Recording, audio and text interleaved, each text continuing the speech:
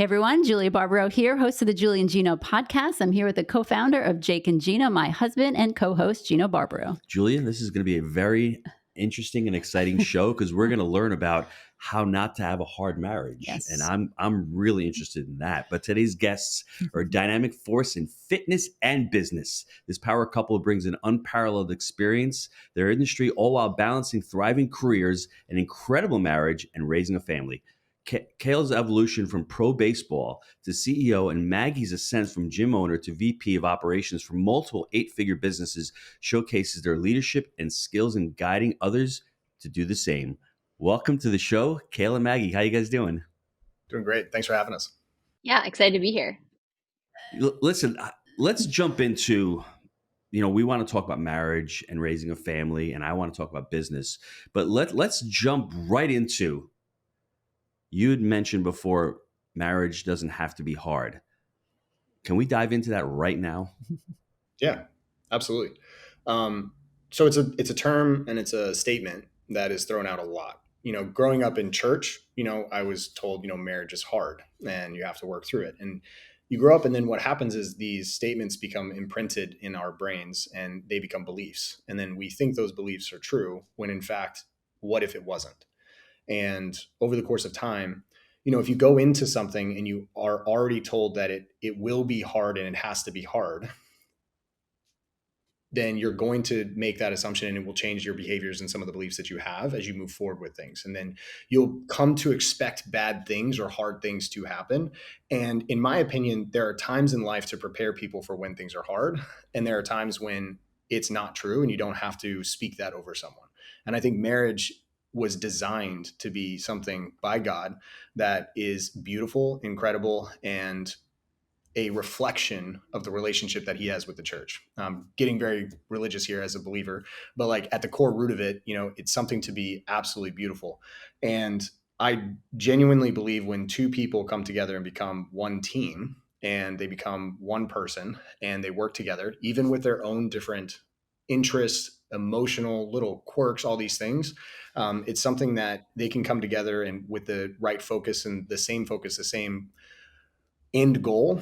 It can be something that is absolutely amazing. That doesn't have to be hard. It can be as hard as you want it to be. If you want it to be hard, sure, go for it. There's lots of actions and behaviors that people can do to make it harder on themselves. And if we approach marriage in a way where we make less dumb decisions and we take a step back and we make better decisions over time, then marriage becomes, in my opinion, easier and easier and easier over time. And we can get into some of the things that help make those types of decisions and what can help from a framework standpoint on that. But that's my take. I should probably let Maggie speak on that too.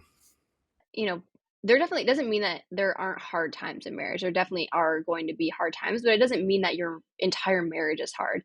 Because I think by just saying like marriage is hard and marriage is difficult, it's going to take all of this work, it just, to Cale's point, it imprints in your brain that this is going to be hard. Like you automatically assume that there's going to be things that you have to fix and work on, when in reality, that doesn't have to be the case. And so I think just being told that over and over again, you have that belief system going into a marriage that's going to be hard, but it can be the absolute best part of your life. And it should be the absolute best part of your life. And again, that doesn't mean that there aren't going to be hard times, but by saying that that your marriage is hard or marriage is going to be hard, it just assumes that that your whole marriage is going to be hard, instead of just bits and pieces of it might be difficult and you might have to have a hard conversation.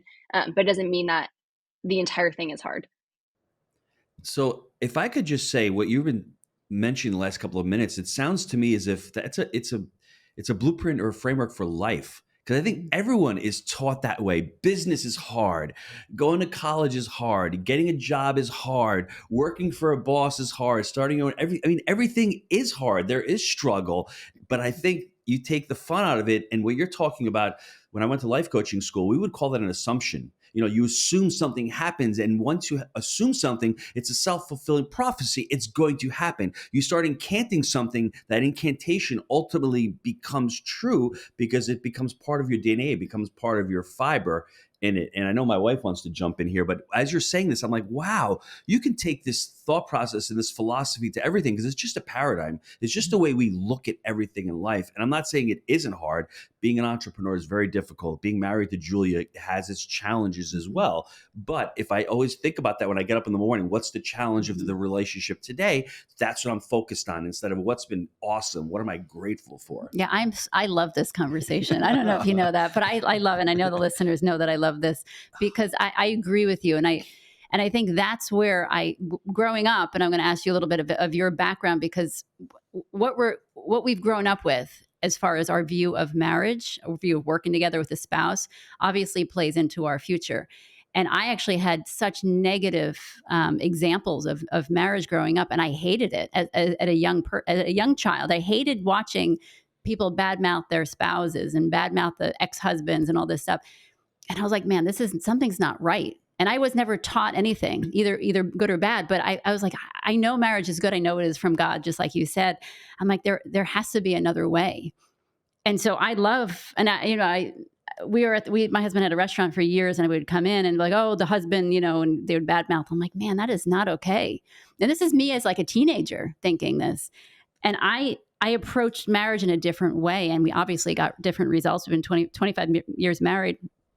But like, I actually want to know details on what you do every day to have that good marriage. Talk about how you show up to each other. Yes, your thought process, but then it's also how you decide to talk to each other, how you respond to them when they tell you certain things. And you know what I mean? It's not just a thought process, but it's the actions. So curious, Cale, if you want to go first, what is your daily routine as far as having a healthy marriage? Yeah. Great points. We have optimized our entire life because we're very busy. So I think it comes down to, first, obviously, there's three things when it comes down to this: communication, explicit communication, not just communication, because communication is extremely broad, right? Explicit communication, like very, very clear expectations and communication that is a constant in the relationship. No gray area. There should be no gray area at any point in a marriage. Or any relationship. Same within business, right? If I have an employee that I want to do something, I'm not just going to be like, cool, yeah, it'd be cool if you could just kind of do this, and maybe that would be great. And all, like, no, it's explicit communication on both sides. Are you hearing this, Julia? I'm making sure my wife Maybe hears I teach this. Okay. Explicit. I want instructions, A to B. Gino, you need to take out the garbage at 8 p.m. tonight. I leave it for him. I will take it out for you, baby. Yeah. You have to be explicit. I just want you to know that I think about you through the day. Yeah. I want you to know that, I'm sorry, Cale. I just want to make sure that she's understanding that point. So we have explicit communication, and we can take the framework. I'm sorry. Go ahead. Talk. Come on. He's had some good points here. Go for it, Cale. No, you're good. The second thing I think is clearly defined roles and responsibilities. So there's a lot of times, and I'm speaking to the individuals that may be in business together, but it goes great in life, period, that it crosses over, is clearly defining the roles and the responsibilities for both parties and understanding, cool, this is where these are my expectations for you here. These are my expectations for myself, and vice versa. And then not crossing over unless it's needed. Right. And we specifically use this as an example in business, where she is a wizard at operations and she can do so many different things at the same time. And to be frank, operations is not my strong suit. And anytime I go in, I tend to break things. And she is exceptional at being able to do that and solve problems and constraints within operations within the business. Mine is more marketing and sales and vision and leadership and all that stuff. And so anytime I ever go into her realm, it can be a problem. Right. And vice versa. Right. And so same thing in the household.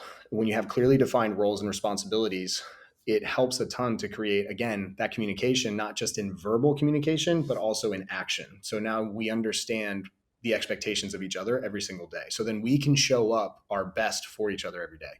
And then the last one is just really coming together and having unapologetic priorities. And what I mean by that is really getting together and understanding and clearly defining, what do we want our life to look like?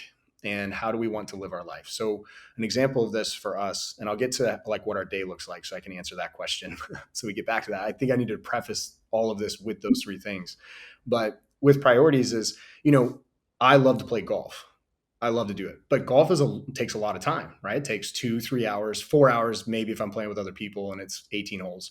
And that's time away from the kids. We have a finite amount of time because we're running 3 businesses. We have 2 kids who are now in different sports and activities. And I have to be very clear, and she has to be very clear on together, what are our priorities in our life right now in this season of life? And right now, I'm not going to play as much golf, and that's okay, right? Yes, I would love to go play golf every day, but I'm not going to because it's not the right thing to do based on our decision mutually with the priorities that we have. And we want to focus on our business, our relationship, and our kids, right? That's just one small example, but just getting those priorities correct. Another thing would be like, we try not to travel ever without each other. That's a big priority. I have a trip coming up, unfortunately, that I have to, and this changes as you have kids and stuff, but like our goal is never to travel without each other. That's another one, right? We prioritize and say no to spending time with friends asking us out to dinners and all these other things. We don't go because we're prioritizing what we have, and we have to say no. And these are things we have to do, because every time you say yes to something, that means you're saying no to something else. There's always a sacrifice when it comes to your time and attention. So getting back to the daily things, we have prioritized our life in a way where we spend a ton of time together, but that's because we enjoy it. It works really well for us. We wake up, we go to the gym together in the morning, early morning. We come back, we have a routine. We walk our dog, we grab coffee at Kookaburra. We come back, we get the kids ready for school. We have them ready. We drive them to school. Our life is optimized. Our office is literally across the street from their school. We walk them to school. We come back over, we work together in separate offices, obviously. So we get that distance, which I still think is good, because like you don't need to be next to the person all day. Like it's unrealistic in my opinion. So we're working in different offices and we have different things that we're handling. And then at the end of the day, we've prioritized family time. After we get done with work, we pick up the kids, they have sports or we have dinner together, and then we spend time with them. And then we're usually to bed and ready to go and start it all over again by 8:30, 9 o'clock. And so that's really just kind of it's a constant thing in this current season of life. And I can let Mags speak to any of that as well. Yeah, Maggie, real quick. I know I had interviewed Cale, and I know he's very structured to be a professional baseball player, to be his size, and to be really focused. I know he was really dialed in. Did it drive you nuts when he started talking about this in the very beginning, going, I can't believe we have to be this structured, but now it's just an amazing thing that you fall into it? Or were you on board with him from day one? Because discipline is amazing. And I think discipline, if you have it, it sounds as if it's a lot of work on the front end, but once you are disciplined, it takes away the thought process. It takes away a lot of the hard work that people struggle with throughout the week because they're not planned. But you guys are planned. You don't even have to think about going to the gym. You go to the gym, you drop the kids off. It's part of your routine. But setting that all up on the front end takes a lot of work. Were you on board with him right away, or was that a struggle for you? Yeah. Interesting. So I did not play at the level that Cale did. I didn't play college sports, but I did play sports growing up in high school. And then when I started college, I got into CrossFit. And so I started competing in that really early on in the CrossFit days. And so I've always been like disciplined and had things on my calendar. I worked all through college. And so I worked, 40, 50 hours a week, and I went to college full time. And so I've always been that's just my personality. I've always been disciplined, structured already. But I would say, it wasn't Cale coming to me and saying, hey, I need us to have this schedule so we can have our life optimized. It was interesting. I think, we talk about a lot, our marriage.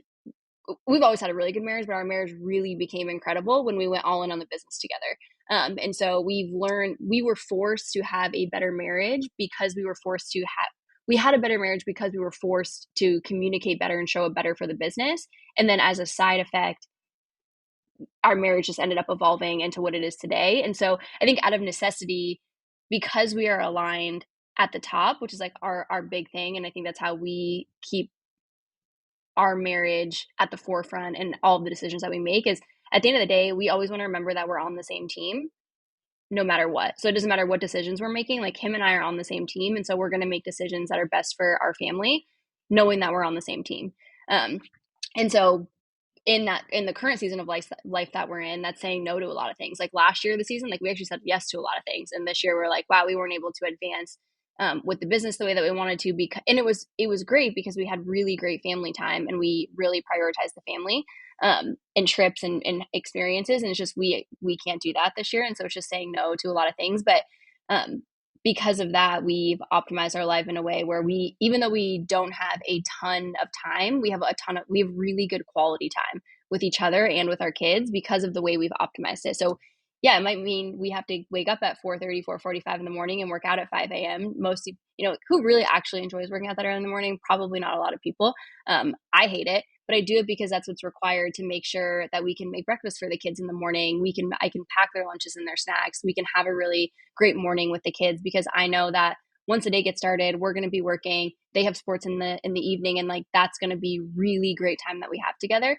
And so I guess to answer your question, it wasn't just Cale sitting me down saying, hey, if we want to be successful, here's what we're going to have to do. It was, as things kind of evolved, as the business started to grow and as we've advanced in our careers, it was like, okay, let's evaluate what season of life we're in and what do we have to change with our day to day to make sure that we can reach those goals. I love you just actually said what I wanted to talk about is the season of life that we're in, because I think a lot of people get stuck in the same thing for their whole entire life. This is how it has to be always, because and it's obviously when you have children, things are different, and I could tell you for me personally, I tried to work with my husband for the past 25 years because we did what I could do at the time. And I know you have 2 children as well, but interestingly enough, a lot of people are like, well, how do you make time? And I said, well, it depends on where I am. It depends on what the year looks like. The kids are at different ages every year. Sometimes they need you more than others, and you have to reprioritize. And I loved how you said this. So communication, obviously, and we always say, obviously, communication is so important, but we don't really know what that means. We just say it. We're like, oh yeah, just communicate. Well, what does that mean? What the heck does that mean? And so I love how you mentioned that in the goals, but the priorities, what are the priorities, whether you do a yearly, a monthly, a weekly, a daily priority, because your children and your family need you differently at different times. And I think that's a mistake a lot of families get caught up in. We've stopped full sports sometimes. We're like, listen, this is taking over our life. And that's a big conversation to have with your kids who love certain things. It's like, listen, this is all about, we have 6 kids, so it's hard to prioritize things around one person. But I think it's a great conversation to have with your spouse and be like, listen, this is what we need to talk about. What are our options? What are we going to decide on? And then have the kids in on that. But I love everything you guys said. And I have no question. Yeah, I know. I was just thinking about. I'm waiting. I'm the one. Well, okay, here's my question, because he always like, well, where's your question? I want to get into like our ego bit for a second, because I know every person has it, and everyone's like, well, I want to be right sometimes. Like I want to get what I want. And how do you 2 handle that because I'm sure there's many times where you both have different ideas. How do you handle that? I would say I'm right most of the time here. No, I'm just kidding. Okay, to be honest, sometimes, it's all right. We understand. It just comes back down to what are the goals that we want out of our life. And when we're making decisions and we have to have a conversation about something, it's remembering, is the decision that we're making now getting us closer to that or taking us farther away from that? And so most of the time we're aligned that way when we like just take a step back and just say, having to take emotion out of it and remembering what is right versus who is right. So it's never I'm right, you're wrong, and trying to go back and forth, but really trying to say, well, what is going to be right? What's going to be the best decision to make to get us to where we want to go, whether it's in the business or it's in our home life. And if there are very rare instances where we come to where we both think the decision that we're going to make is going to get us closer to there. And in those cases, we're believers. And so because of that, I default to Cale as the head of the household always. And so if we both think that this decision is the right decision, I will default to whatever Cale thinks is the right decision if we can't come to a conclusion of what it is. But usually that's very rare. Usually because we've set goals for ourselves within the business and goals for ourselves within our marriage, our family, our home life. Usually we can make the right decision and come to that agreement just based off of knowing that this decision is either going to take us closer to that or it's going to take us farther away from where we want to go. Yeah, I love that. I see Cale's thinking and pondering really, really hard on this question and making sure that he answers it. I don't think so. See, I disagree. Yeah, I think it comes down, I agree wholeheartedly, Maggie, on this. And I'm fortunate enough to be married to a both beautiful and very, very smart woman. So I have that going for me, which is great. And we complement each other extremely well when it comes to decision making and problem solving. So, but I will say this, I think that when we talk about ego, when we talk about these things, right? ego at the end of the day is going to be a worldview that is centered on I'm the main character in life. And marriage is the complete opposite of that. Marriage is all about service, and same thing in business. Leadership is about service. And my goal in life and what I love to do, and it doesn't always show up perfectly, but my goal is like, I want to serve my wife first and foremost. Because as a believer too, this again goes back to like, how do we see the world? And as a believer, right, as Christ served the church and everyone else, like my goal is to also serve Maggie, which puts a ton of pressure on me as a leader in the household to make good decisions. When she trusts me to make those decisions, even if she thinks that we should go a different direction, when she trusts me to make that decision, I better be right. And there's a lot of stuff that comes to that. And at the end of the day, when let's say we do have a disagreement about something, or we have differing views on something, there's always a point for me where I will never go a certain point of taking a conversation to another level of maybe it's a disagreement, an argument, or going to that next level where we all know as married people, you can go that extra level and do that little dig, right? That little barb in the side where you make this little comment.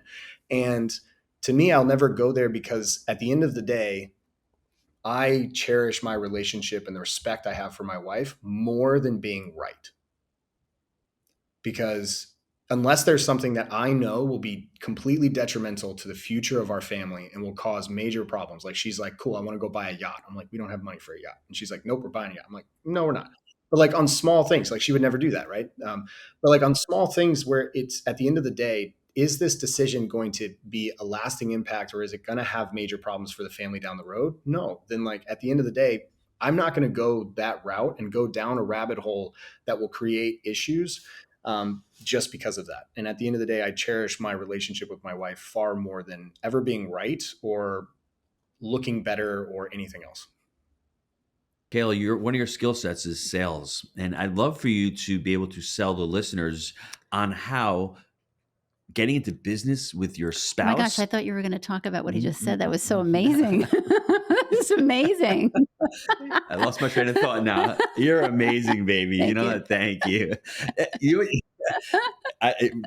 To me, it's important because I love working with my spouse, as you can see. And I think, like you said, the assumption of I can't get into business with my spouse. I'm going to see her all the time. We're going to drive each other crazy. And you're the opposite, the antithesis, where you actually got together and your relationship got better. Can you just talk to the listener and tell the listener, hey, don't have an assumption or a limiting belief of what you think it's going to be. Try it. And not even that. Try to pick a role model that's actually succeeded. There are a lot of people out there. I mean, Grant Cardone's one of them. He works with his wife. It seems like he's a pretty happy guy. There's a lot of other people, influencers that are actually working with their spouses that are actually crushing it. I mean, can you give us some tips on, I heard what you talked about, which was important to stay in your own lane. And when you get into her lane, you have to be really careful. But I want you to really sell the listeners and just say to them, man, it is awesome. I get to spend part of my day with somebody.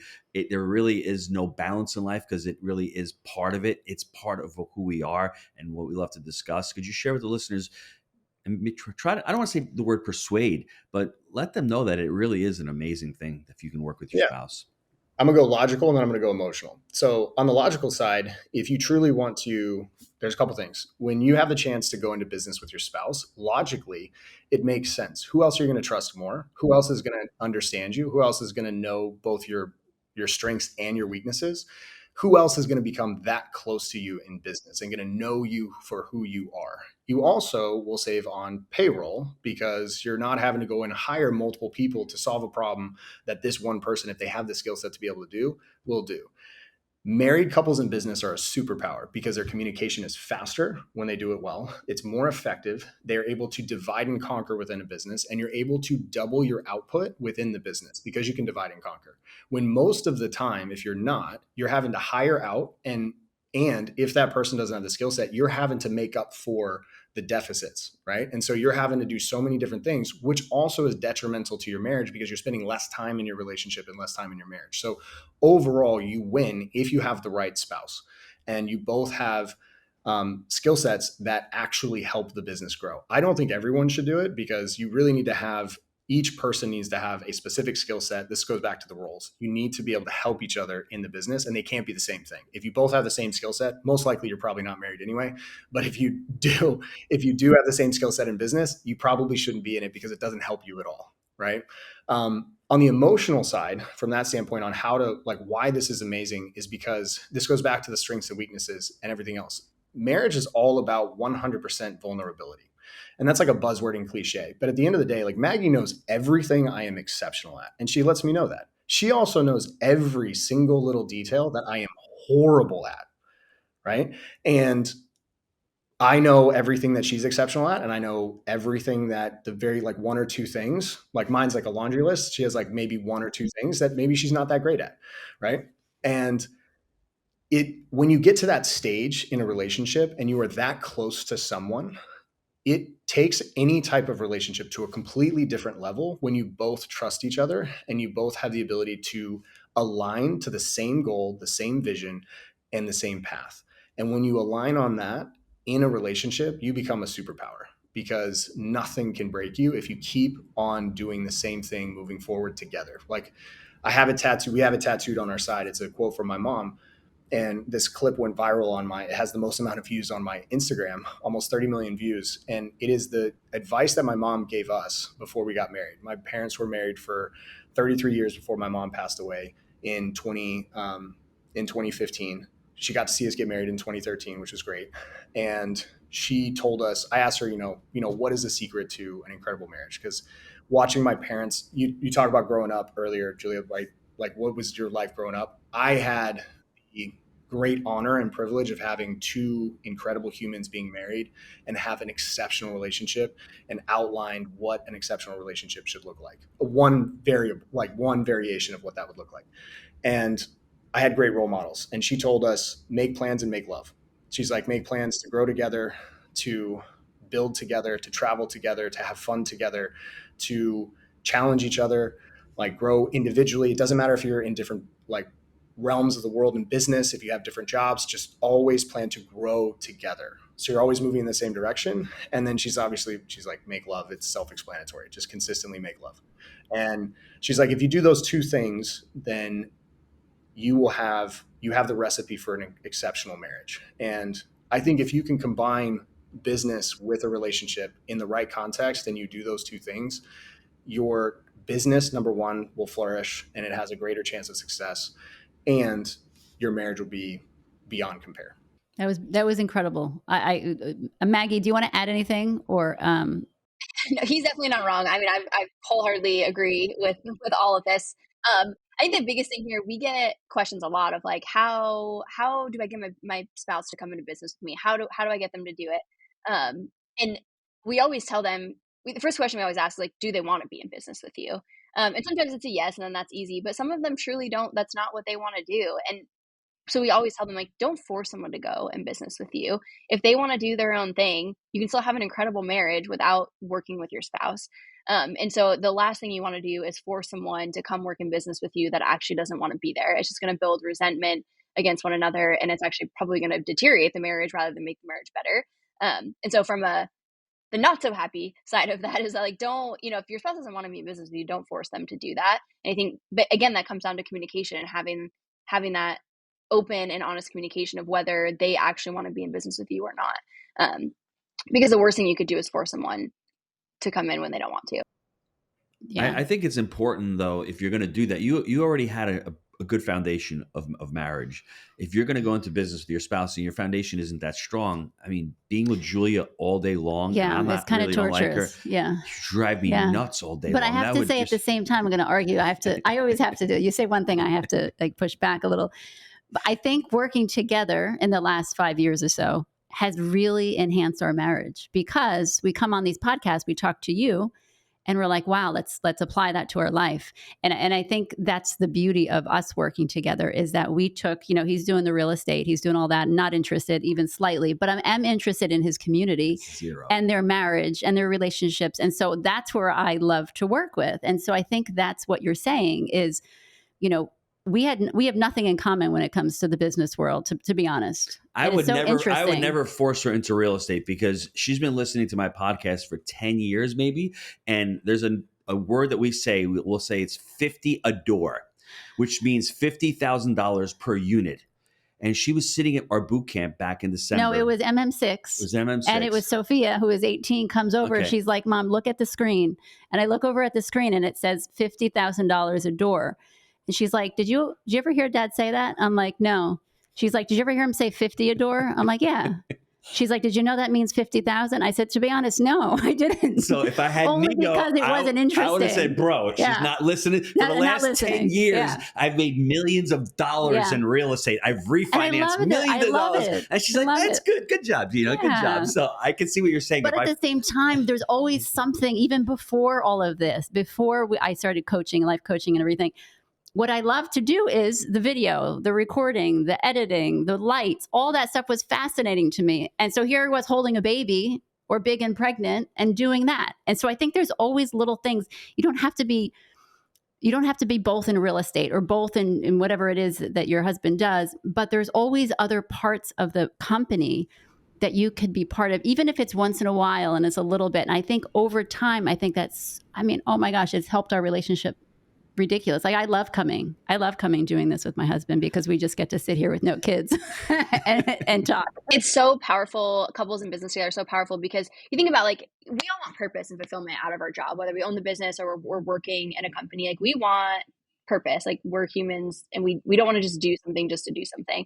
And I think when you're in the trenches with another human being and you're experiencing adversity within the job or the business or having really big wins and celebrations, and you have that with another person, when you can do that with your job and also have that with your spouse at the same time, it is so fulfilling and so rewarding. It just like has it's like so much more impactful than, you overcoming this big business objective with like your coworkers, which is great in and of itself. But when you get to do it with your spouse, it is so incredible. And you just create such a stronger bond.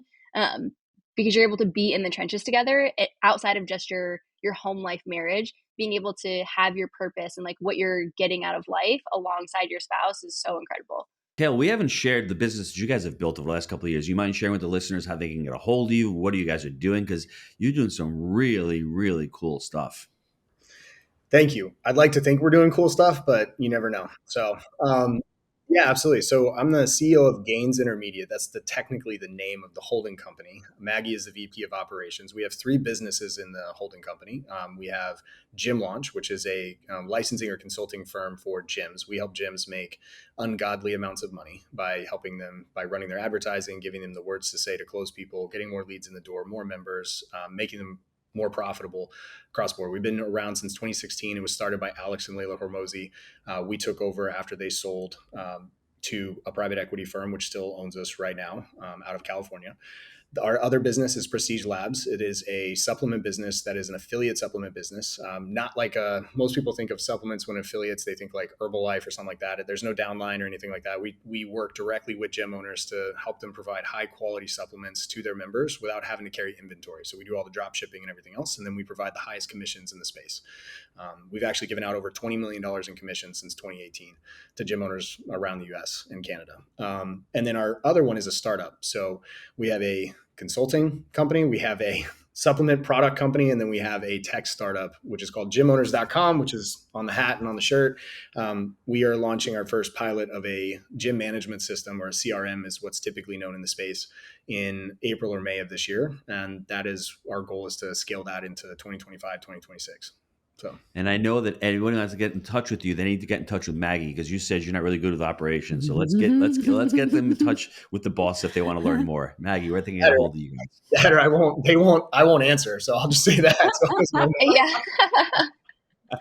I guess it depends what it's for. If you're interested in Gym Launch, you can go to gymlaunch.com. We have a ton of free resources on there. We have our team, we have a little chat button on our website. We have lots of free downloads on how to scale and grow your business. If you want to get a little bit more information on that. So that's a good way there. Obviously, gymowners.com is not live quite yet. We do have a wait list on our website there, which is gymowners.com. So you can put in information if you're interested in there. And then Prestige Labs, again, is just inside in the community for our gym owners, but you can go online as well.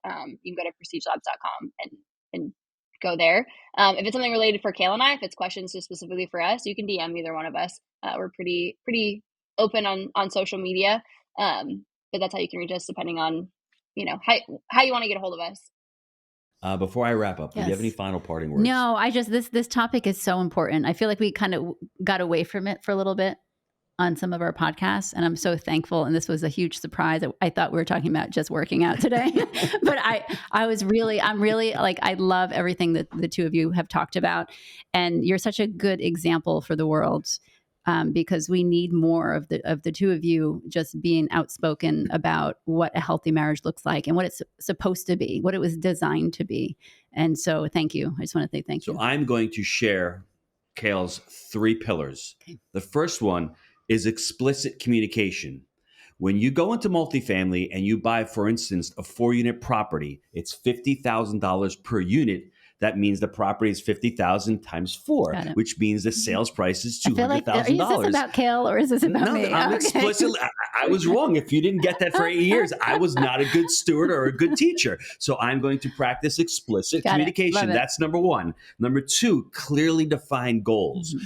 One little thing, the second one, it's not goals, it's roles. Julia, we are going to make X amount of money by the end of the year. We're going to refinance 2 deals. We're going to close 300 units. And we're going to talk about clearly defined goals. And the third one is unapologetic priorities. And I love that. And I think we've been doing a lot of this subconsciously, but no one really ever taught us to really write it down and reflect on it. And as the listeners, you're listening to this, write those 3 down, because that is the 3-step framework. It's buy right, manage right, and finance right in business.